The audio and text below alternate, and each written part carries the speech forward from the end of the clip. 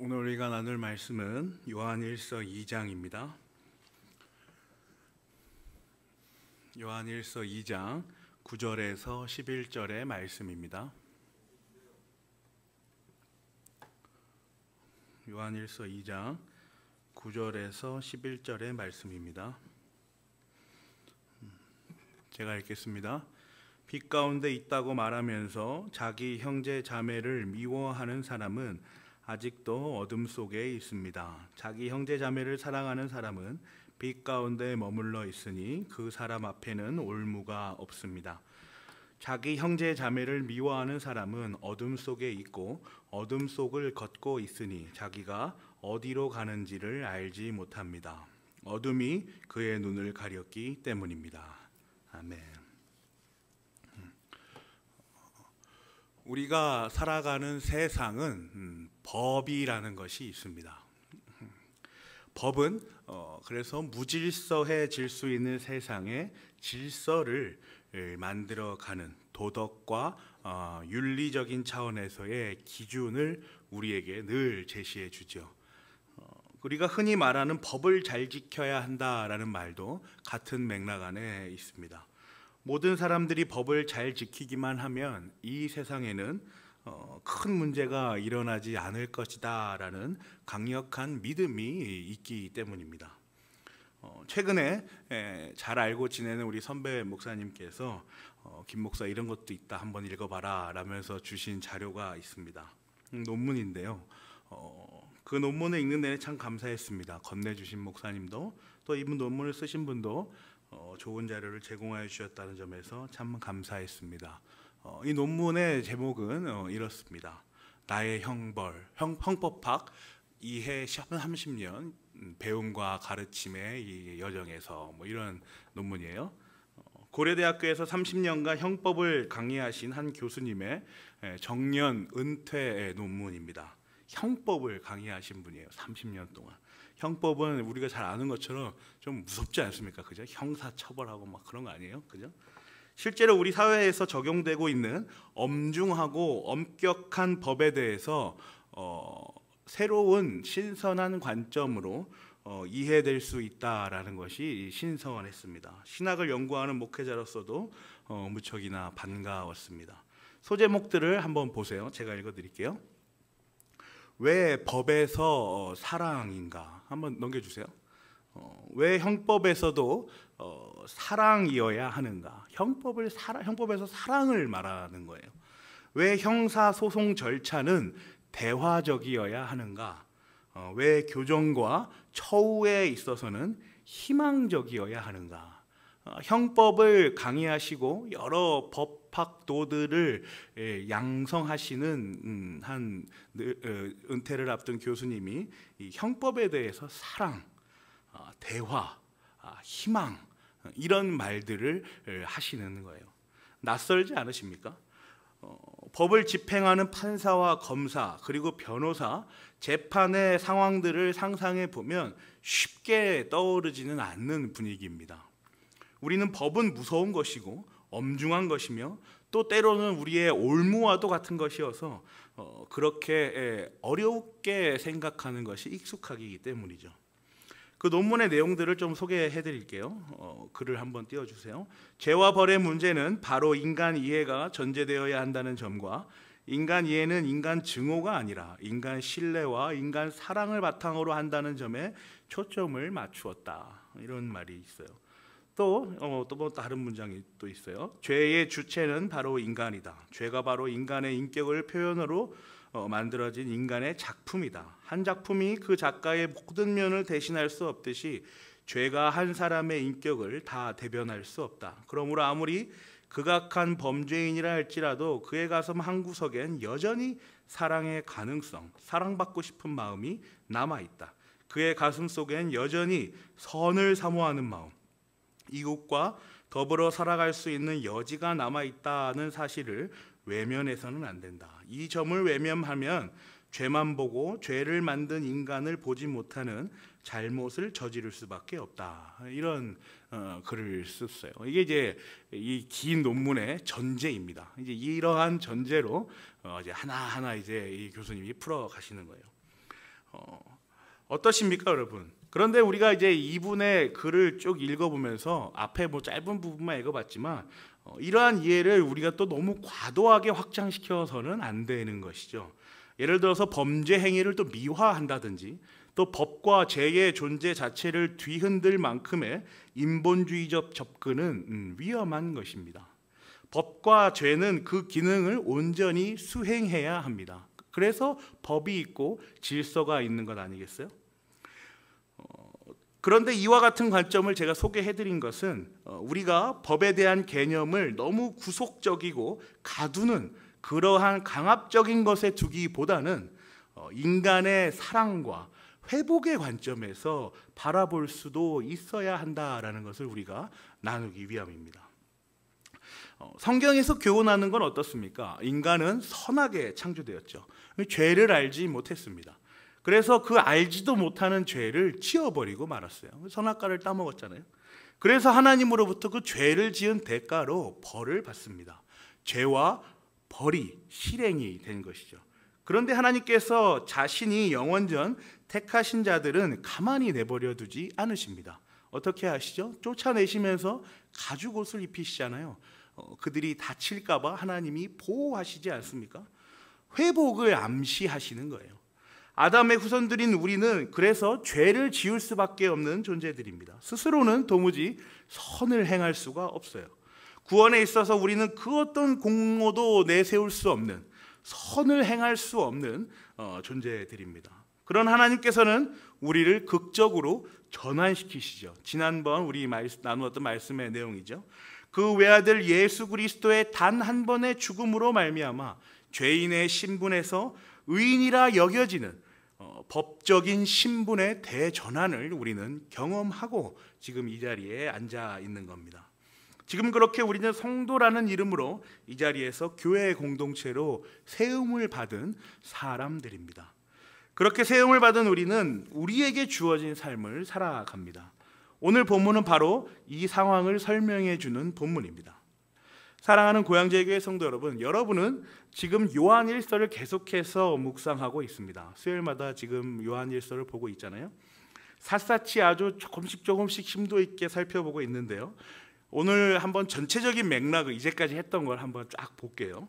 사도 요한은 그에게 맡겨진 영적 공동체에게 이러한 맥락으로 교훈하고 있습니다. 또 하나님께서는 지금의 현대에 이르러선 말씀 사역자인 목사를 통하여 그가 택하신 백성들에게, 교회 공동체에게 이 맥락으로 계속 지금 교훈하여 주고 계시는 것이죠.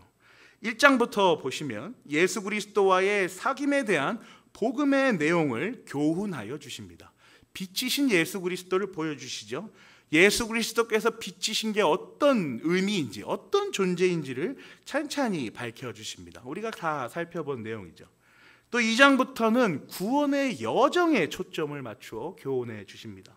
모든 사람에게 베풀어지는 예수 그리스도의 사랑이 특별히 부르신 자들에게만 유효하게 효과적으로 구원으로 연결된다라는 거죠. 우리가 2장에서 이러한 내용들을 나누지 않았습니까? 예수 그리스도께서 죽으신 것은 우리만을 위한 것이 아니라 이 세상에 있는 모든 사람들을 위한 것이다 라는 거잖아요.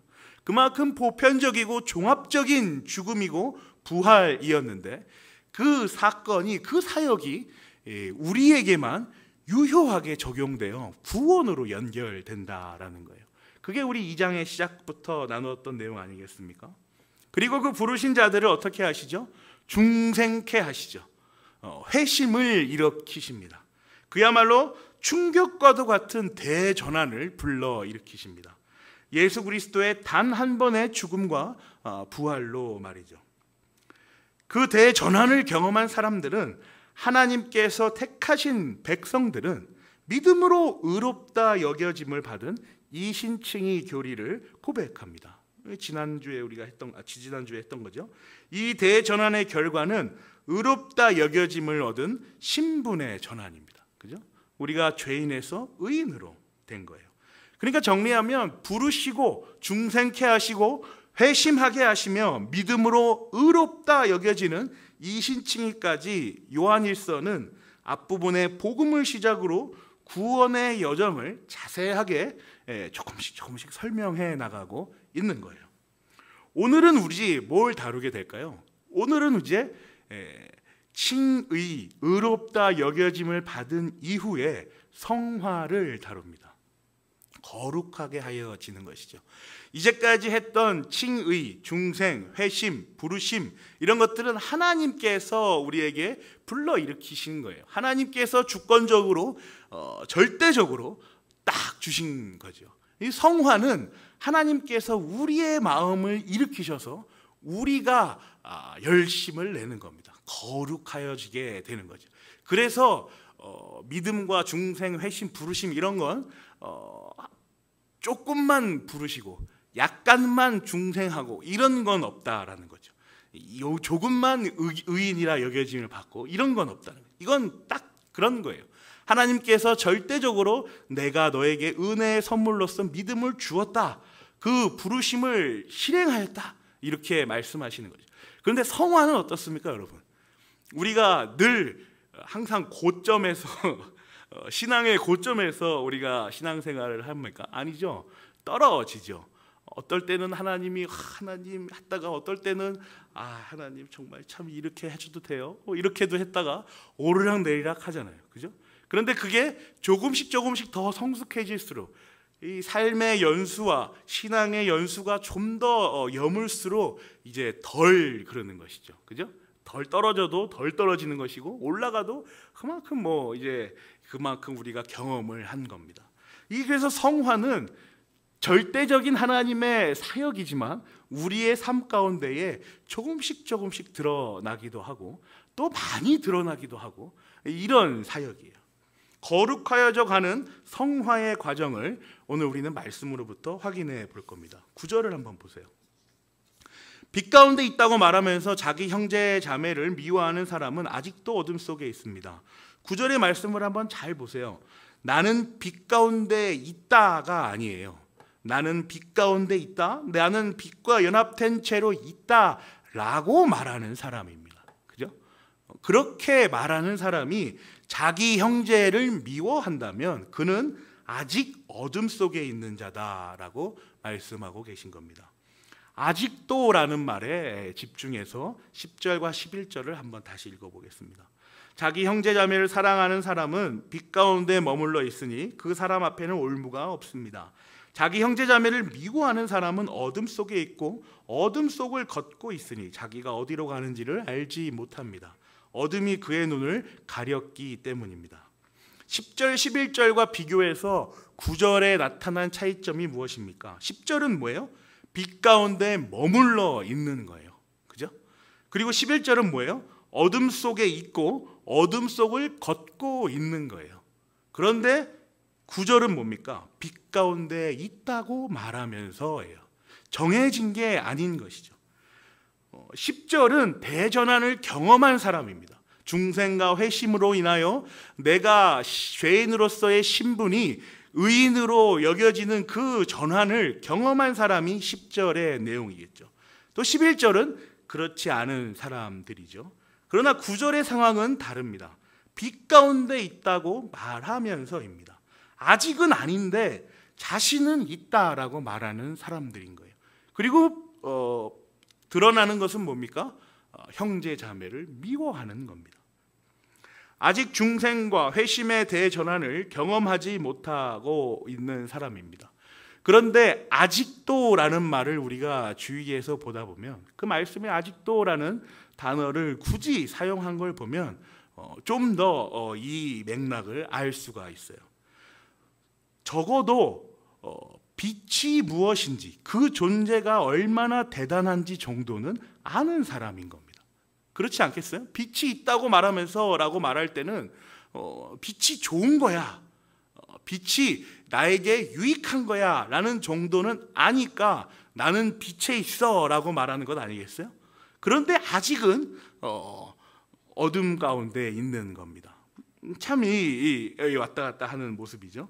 그 존재가 예수 그리스도이시며 복음의 주체이시고 모든 사람을 사랑하시어 죽기까지 하나님께 복종하신 그 존재가 빛이라는 사실은 모른지언정 그 빛이 어떻게든 나에게 변화시켜 줄 수 있는 것이다, 그만큼 대단한 것이다 라는 정도는 알고 있는 사람이 구절에 해당하는 사람인 겁니다. 그런데 성경은 그렇게 그 정도만 아는 사람이라면 그도 하나님께서 택하신 백성 중 하나일 수 있다라는 가능성을 아직도라는 부사에서 보여주십니다. 아직도 어둠 속에 있다, 언젠가는 올 자다라는 내용을 암시하고 계신 것이죠. 언젠가는 형제자매를 미워하지 않을 날이 온다라는 것을 강조하시는 겁니다. 지금은 비록 그 빛의 열매로서 형제자매를 미워하고 있지만 언젠가는 돌아올 것이다 라고 교훈하여 주고 있는 것이죠. 사랑하는 고향교회의 성도 여러분, 이 말씀이, 9절의 말씀이 바로 우리가 이웃을 사랑해야 한다라는 말씀의 증거입니다. 우리는 모릅니다. 어떤 사람이 하나님께서 택하시고 어떤 사람이 하나님께서 유기하셨는지 그 사람을 보고서 우리는 알 수가 없어요. 그러한 능력이 우리에게 있지를 않습니다. 그러나 하나님께서는 아시죠. 하나님께서는 그들을 어떻게든 교회로 불러 모아 주십니다. 평일 낮에 교회에서 사물을 보고 성경을 보다 보면 한 번씩 낯선 사람들이 들어옵니다. 우리 교회에 있을 때뿐만 아니라 다른 교회에서 사역할 때에도 교회에는 늘 낯선 사람들이 왕래를 합니다. 뭐 어떤 것이 필요하고 또 어떤 것이 어렵고 이러저러한 사람들이 많이 왕래하는 곳이 사실 교회입니다. 그래서 자기의 삶에 대한 이야기들을 막 열심히 이렇게 하지요. 그러면 우리 목회자들은 그분들을 향해서 늘 하는 말은 이겁니다. 교회에 나와 보세요. 교회에 나와서 말씀 들으시고 삶의 회복을 가지십시오. 그렇게 하나님이 당신을 여기로 부르신 거일 수도 있습니다. 이런 말씀들을 우리가 늘 하지요. 그리고 필요한 것들을 조금씩 이렇게 챙겨 드립니다. 마태복음 말씀을 한번 보세요. 마태복음 25장입니다. 마태복음 25장 34절에서 46절의 말씀을 한번 보세요. 마태복음에는 오늘날 우리가 겪는 다양한 낯선 사람들과의 만남에 대한 예수 그리스도의 가르침이 기록되어 있습니다. 34절 보세요. 제가 쭉 읽을게요. 그때의 임금은 자기 오른쪽에 있는 사람들에게 말하기를 내 아버지께 복을 받은 사람들아 와서 창세 때로부터 너희를 위하여 준비한 이 나라를 차지하여라. 너희는 내가 줄일 때에 내게 먹을 것을 주었고 목마를 때에 마실 것을 주었으며 나그네로 있을 때에 영접하였고 헐벗을 때에 입을 것을 주었고 병들어 있을 때에 돌아봐 주었고 감옥에 갇혔을 때에 찾아주었다 할 것이다. 그때의 의인들은 그에게 대답하기를 주님, 우리가 언제 주님께서 줄이신 것을 보고 잡수실 것을 드리고 목마르신 것을 보고 마실 것을 드리고 나그네 되신 것을 보고 영접하고 헐벗은 것을 보고 입을 것을 드리고 언제 병드시거나 감옥에 갇히신 것을 보고 찾아갔습니까? 하고 말할 것이다. 임금이 그들에게 말하기를 내가 진정으로 너희에게 말한다. 너희가 여기 내 형제자매 가운데 지극히 보잘것없는 사람 하나에게 한 것이 곧 내게 한 것이다 할 것이다. 그때의 임금은 왼쪽에 있는 사람들에게도 말할 것이다. 저주받은 자들아, 내게서 떠나서 악마와 그 졸개들을 가두려고 준비한 영원한 불 속으로 들어가라. 너희는 내가 줄일 때에 내게 먹을 것을 주지 않았고 목마를 때에 마실 것을 주지 않았고 나그네로 있을 때에 영접하지 않았고 헐벗을 때에 입을 것을 주지 않았고 병들어 있을 때나 감옥에 갇혀 있을 때에 찾아주지 않았다.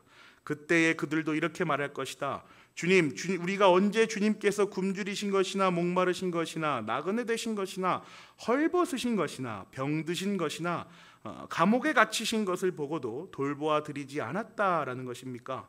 그때 임금이 그들에게 대답하기를 내가 진정으로 너희에게 말한다. 여기 이 사람들 가운데서 지극히 보잘것없는 사람에게 하나에게 하지 않은 것이 곧 내게 하지 않은 것이다 하고 말할 것이다.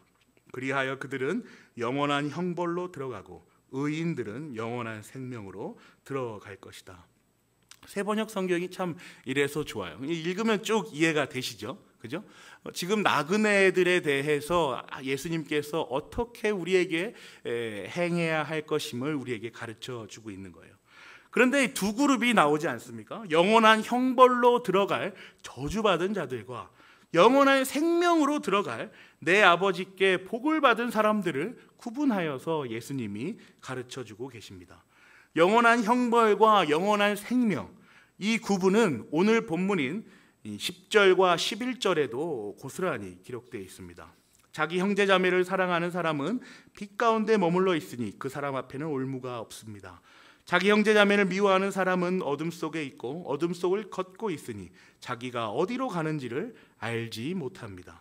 어둠이 그의 눈을 가렸기 때문입니다.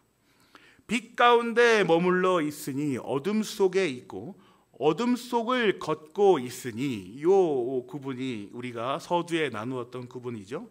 먼저 영원한 생명 안에 있는 자들을 봅니다. 이들은 빛 가운데 머물러 있는 자들입니다. 이들에게는 그래서 올무가 없습니다. 이들은 자유한 영혼이기 때문에 그렇습니다. 죄로부터 해방되어 죄를 짓지 않을 수도 있는, 죄를 지을 수밖에 없는 존재에서 이제는 완전한 전환을 이루어서 죄를 지지 않을 수도 있는 그 방법이 뭔지를 아는 사람들인 거죠. 그렇기 때문에 이들에게 올무가 없는 거예요. 중생과 회심을 경험해서 죄인에서 의인으로의 신분이 대전환된 사람들이기 때문에 이들에게는 가두고 올무, 속박하고 제한하는 그러한 것들이 없는 것입니다. 예수 그리스도로 인하여 완전히 해방되었으며 풀려난 것이죠. 우리에게도 마찬가지입니다. 그래서 우리도 마찬가지로 우리를 가두는 올무가 없는 것입니다. 그런 의미에서 우리는 앞서 나누었던 법적인 모든 책임들이 필요 없게 되었습니다. 하나님께서 우리에게 명령하신 모든 법들을 우리와의 관계를 회복하시기 위한 것이었으며 우리에게 하나님의 사랑을 알려주시기 위한 것이었습니다.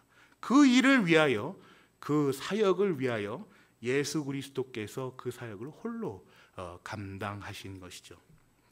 놀라운 것은 이제 이 원리도 세상도 알아간다는 겁니다. 이 원리를 세상도 조금씩 파헤쳐 나간다라는 거예요. 형벌이라는 무섭고 형법이라는 그 엄격하고 엄중한 세상법도 이제는 그 바탕에 사랑과 다시 갱생과 사회로의 회복과 이웃의 사랑을 해야 한다라는 것이 전제되어야 한다라는 것을 알아가고 있다라는 거죠. 하나님께서 이 세상을 경륜해 나가시기 때문에 그렇습니다. 하나님께서 이 세상을 통하여 하나님의 모습을, 자신의 그 속성과 사역의 방법들을 조금씩 드러내시는 거죠. 한편 하나님께서 유기하신 자들의 삶은 자기가 어디로 가는지조차 알 수 없는 캄캄한 어두움입니다. 11절이죠. 자기 형제자매를 미워하는 사람은 어둠 속에 있고 어둠 속을 걷고 있으니 자기가 어디로 가는지를 알지 못합니다. 어둠이 그의 눈을 가렸기 때문입니다. 하나님께서 유기하신 자들은 어둠 속에 있는 자들입니다. 어둠은 홀로 존재할 수 없어요. 어둠의 속성을 우리가 잘 보면 어둠은 그냥 창조된 것이 아닙니다. 어둠은 눈을 가려야 하는 거예요. 그러한 수고가 필요한 겁니다. 빛은 우리에게 그냥 비추되 그 빛을 거부하고 그 빛을 원하지 않는 자들은 눈을 가려야 하는 수고를 해야 합니다. 유기된 자들은 그 수고를 마다하지 않는 자들입니다. 빛이라고 하는 분명하고 확고한 존재 앞에서 어둠은 절대로 존재할 수 없습니다. 의도적으로 본인이 가리고 숨지 않고서는 어둠 속에 있을 수는 없는 것이죠. 하나님께서 유기하신 자들은 그렇게 어둠으로 몰아가십니다. 하나님께서 영원전 유기하시기로 작정한 그 사람들은 어둠으로 눈을 의도적으로 열심히 가려서 빛을 보지 못합니다. 빛을 알지 못하며 빛을 알 수도 없는 그러한 자들인 것이죠.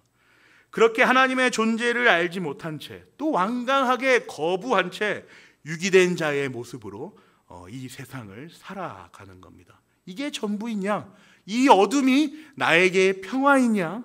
그렇게 살아가는 것이죠. 영원한 형벌로의 마지막 날 심판을 받는 것입니다. 사랑하는 고양제일교회 성도 여러분, 성화는 우리의 형제 자매를 사랑하는 것으로 확인됩니다. 우리의 이웃을 사랑하는 것으로 성화는 우리에게 경험됩니다.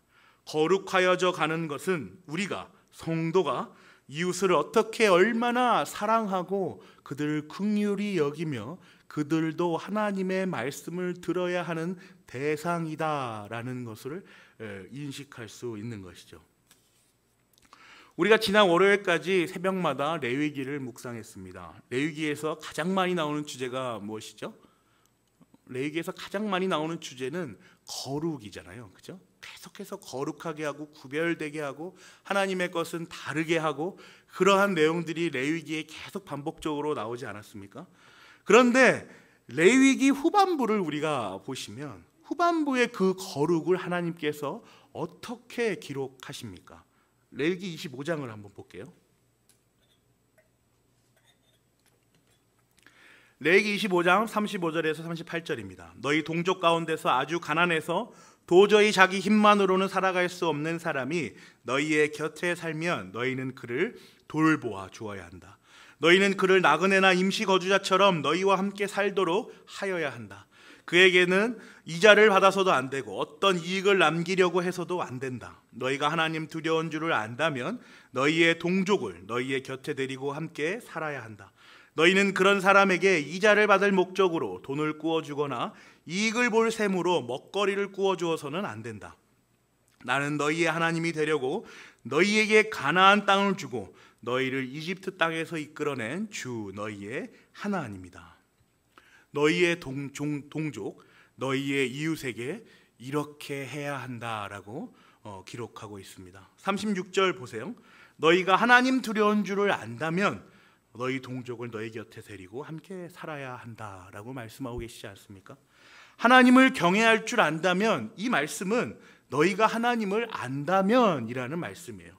너희가 중생과 회심을 지나 진정으로 하나님을 알고 예수 그리스도로 말미암아 의롭다 여겨짐을 받은 그 신분의 대전환을 경험한 성도라면 마땅히 이래야 한다라는 것을 우리에게 지침으로써 알려주고 계십니다. 그리고 38절에 하나님께서는 이 말씀을 덧붙이시죠. 나는 너희의 하나님이 되려고 너희에게 가나안 땅을 주고 너희를 이집트 땅에서 이끌어낸 주 너희의 하나님이다 라고 말씀하시지 않습니까?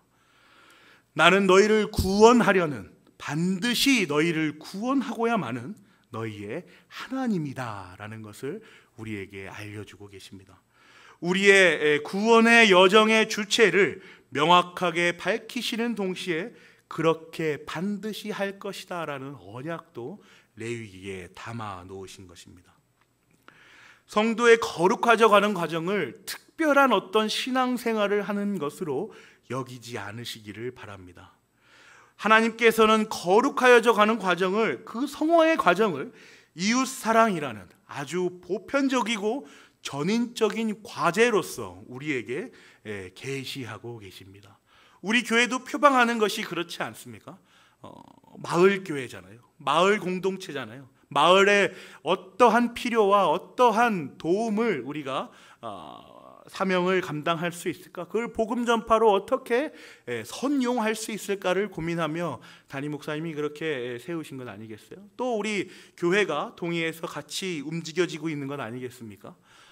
우리에게 주어진 것은, 우리에게 거룩하여지는 우리의 성화의 과제는 우리 주변입니다. 우리 주변에서 어렵고 힘든 자들을 우리가 돌보고, 그 보편적으로 모든 사람을 위하여 십자가에서 죽으시고 부활하신 예수 그리스도를 따라 우리가 그렇게 헌신하고 수고하고 그들을 사랑해야 하는 것입니다.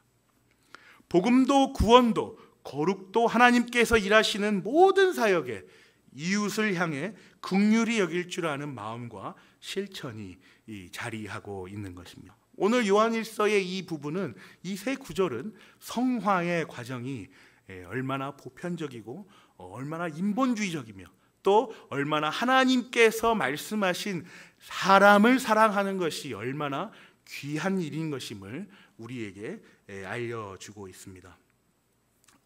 기도하기를 우리 모두가 성도로 세움을 받은 각자의 삶 가운데서 이웃에 대한 사랑을 실천하는 고향제일교회 영적 공동체가 되기를 간절히 기도합니다. 기도하겠습니다. 주님 감사합니다. 하나님, 저희들 주님께서 특별히 사랑하여 주시어서 영원전 저희를 택하시고 교회 공동체로 불러 모아 주시고 교회 공동체 안에서 하나님의 말씀을 묵상하며 하나님께 온전히 예배드리기 위하여 수고하는 자들로 세워주심 너무나도 감사합니다. 하나님, 저희가 하나님의 은혜로 말미암아 부르심에 순종하였고 중생과 회심을 경험하였으며 또 예수 그리스도로 말미암아 그 믿음으로 말미암아 우리가 의롭다 여겨짐으로의 전환을 이루었습니다. 하나님, 그래서 저희는 이제 성도라 불리며 신앙생활을 합니다. 그리고 우리에게 성화라는 과제가 주어져 있습니다. 성령 하나님께서 우리의 마음속에서 언제나 임하여 계셔서 우리의 선택과 우리의 모든 일들 하나하나를 관철하시며 주도하시는 그러한 성도로서의 삶을 살아갑니다. 오늘 요한일서 말씀을 통하여 이 성화의 과제가 다름 아닌 이웃 사랑임을 우리가 교훈 받습니다. 하나님께서 우리에게 주신 이 교훈이 우리가 주변 사람들을 사랑하고 주변의 어려움들을 도와주며 그들을 긍휼히 여기며 무엇보다 그들을 복음으로 인도하여야 할 그 과제임을 저희가 말씀으로부터 받습니다. 저희들을 주님께서 양육하여 주시고 또 인도하여 주셔서 저희들이 기꺼이 자발적으로 이 복음 사역에 참여하는 그러한 자들 될 수 있도록 주께서 인도하여 주시옵소서. 감사합니다. 예수님의 이름으로 기도합니다. 아멘.